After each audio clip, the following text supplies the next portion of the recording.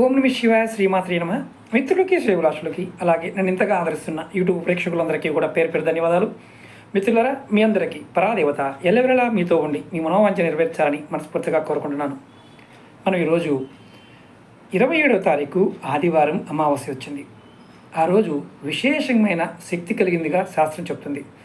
అందులో చాలా వరకు మనం తెలిసి కానీ తెలియక కానీ కొన్ని తప్పులు చేస్తూ ఉంటాం. ఆ సమయంలో ఆ శక్తిని మనం సద్వినియోగం చేసుకోవడానికి, అలాగే మీకున్న దోషాలని తొలగించుకోవడానికి, ముఖ్యంగా పితృదోషాలు ఉన్నప్పుడు చాలా ఇబ్బందులు వస్తూ ఉంటాయి. ఆ పితృదోషాలని ఎలా తొలగించుకోవచ్చు, అలాగే పితృదేవతల్ని ఎలా శాంతింప చేసుకోవాలి, అలాగే వారి ఆశీర్వచనాలు మనం ఎలా పొందాలి అనేది మనం ఈ వీడియోలో తెలుసుకుందాం. అలాగే ఇంకేం చేస్తే మనకి ఎటువంటి ఫలితాలు కలుగుతాయో ఈ వీడియోలో మీకు పూర్తిగా వివరిస్తాను. అలాగే మీకు ఈ వీడియో నచ్చినట్లయితే లైక్ చేయండి, ఛానల్ సబ్స్క్రైబ్ చేసుకోండి, పక్కనే ఉన్న గంట సింబల్ని యాక్టివేట్ చేసుకొని 10 మంది మిత్రులకి ఈ వీడియోని షేర్ చేయండి.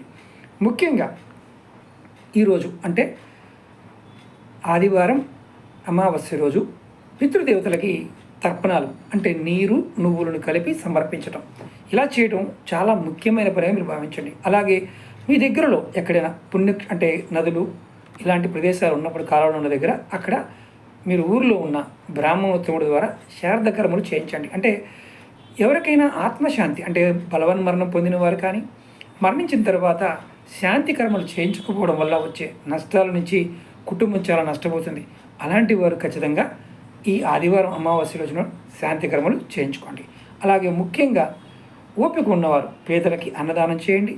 అలాగే బ్రాహ్మణులకు కూడా భోజనం పెట్టడం, వారికి భోజనం ఖర్చుకి స్వయంపాక దానమైన ఇవ్వండి. అలాగే దేవతా పూజల విషయంలో ఆదివారం నాడు సూర్య భగవానుడికి ప్రత్యేకంగా పూజలు చేయండి, అర్ఘ్యం ఇవ్వండి. మీరు వీలైతే ఆ రోజు స్వామివారికి ఎర్రటి పువ్వులు అంటే మనం గులాబీ పువ్వులు కానీ, మందార పువ్వులు కానీ ఇలాంటివి సమర్పించండి. అలాగే ఆవు నెయ్యితో దీపం వెలిగించండి. దీనివల్ల కూడా మీకు సూర్య భగవానుడి యొక్క ఆశీర్వాద బలం లభిస్తుంది. అలాగే ముఖ్యంగా శివారాధన చేయండి. శివుడిని ఆరాధించడం ఈరోజు చాలా శుభప్రదంగా చెప్పడం జరుగుతుంది. అలాగే మీరు శివలింగానికి నీరు పోయటం, అలాగే పాలు మరియు తేనెని అభిషేకం చేయడం కూడా ఖచ్చితంగా చేయండి. పంచామృతంతో అభిషేకం చేసినా మీకు శివ భగవానుడి యొక్క అనుగ్రహం లభిస్తుంది.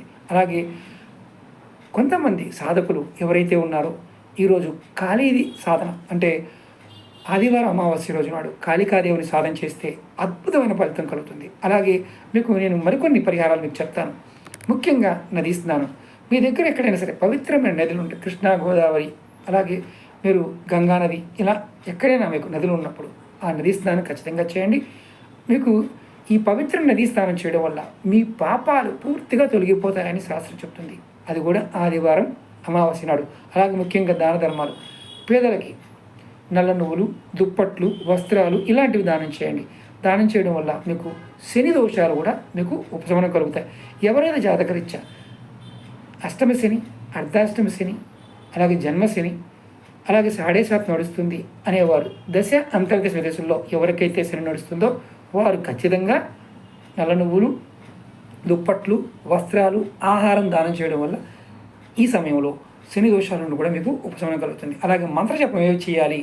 ఈరోజు మీరు వీలైతే శని మంత్రాన్ని ఓం శం శనైశ్చరాయ నమః అనే మంత్రాన్ని మీరు చేస్తే మీకు పితృదేవతల యొక్క అనుగ్రహ ప్రాప్తి కూడా కలుగుతుంది. అలాగే శని భగవానుడు ఈ మంత్ర జపం చేయడం వల్ల మీకు పితృదోషాలు ఉంటే ఈ పితృదోష ప్రభావం కూడా ఆ రోజు తగ్గడానికి అవకాశం ఉంటుంది.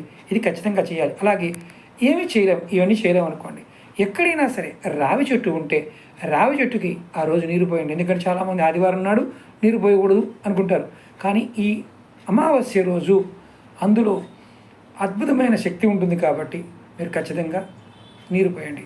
నీరు పోసి చెట్టు చుట్టూ ప్రదక్షిణ చేయండి. అలాగే ముఖ్యంగా ఇలా చేయటం వల్ల కలిగే లాభం ఏంటంటే మీ జాతకంలో శని భగవానుడి యొక్క దుష్ప్రభావాలు తగ్గిపోతాయి. అలాగే ఈరోజు ఆహార నియమాన్ని కూడా పాటించండి. ఈరోజు మాంసాహారం, అలాగే మద్యం, సిగరెట్లు ఇలాంటివి సేవించకుండా ఉండండి. స్వాతిక ఆహారం తీసుకోండి. ఇది మీరు చేయవలసింది. ఇప్పుడు చేయకూడని పనులు కూడా చెప్తాను. అంటే కొన్ని మీకు తెలిసి కానీ తెలియక కానీ కొన్ని చేస్తారు. ఈ సమయంలో వ్యాపారం చేసేవారు కొత్త ఒప్పందాలు అంటే కొత్త పనులు కానీ, కొత్త ఒప్పందాలు కానీ ప్రారంభించకపోవడం మంచిది. అలాగే ఈరోజు లాంగ్ జర్నీలు పెట్టుకోకుండా ఉంటేనే మంచిది. అలాగే ఈరోజు వాదనలు ఎవరితోనైనా సరే గొడవలకు దిగకండి, శాంతంగా ఉండడానికి ప్రయత్నం చేయండి. ముఖ్యంగా మీ కుటుంబం, ఎవరైతే మీ కుటుంబ సభ్యులు ఉంటారో మీ కుటుంబ సభ్యులు ఆలోచనలు అలాగే మానసిక స్థితులు కూడా చాలా ముఖ్యం కాబట్టి వారితో గొడవలు పడమాకండి. అలాగే మీ కుటుంబ సంప్రదాయాలు విశ్వాసాల ప్రకారం మీకు ఇందులో కొంత మార్పులు చేర్పులు ఉండవచ్చు. ఎందుకంటే కొంతమంది చేస్తూ ఉంటారు. మీరు అర్హత కలిగిన పూజారి గారికి లేదా జ్యోతిష్యుడి దగ్గర మీరు సంప్రదించి కూడా వ్యక్తిగతంగా మీ జాతకంలో ఈ పితృదోషాలు ఉన్నాయి చెక్ చేయించుకొని ఈ సమయంలో తగిన పరిహారాలు చేసుకుంటే అత్యంత అద్భుతమైన ఫలితాలు కలుగుతాయి. ఇది ఎవరైనా చేయవచ్చు. ఇక్కడ నియమ నిబంధనలు నెక్స్ట్ వీడియోలో మీకు నేను ఆదివారం అమావాస్య రోజున తాంత్రిక పరిహారాలు ఎలాంటివి ఉంటాయో మీకు తెలియజేస్తాను. అలాగే మీకు ఈ వీడియో నచ్చినట్టు లైక్ చేయండి, ఛానల్ సబ్స్క్రైబ్ చేసుకోండి, పక్కనే ఉన్న గంట సింబల్ని యాక్టివేట్ చేసుకొని ఈ వీడియోని 10 మంది మిత్రులకి షేర్ చేయండి. ఓం నమః శివాయ, శ్రీమాత్రే నమః.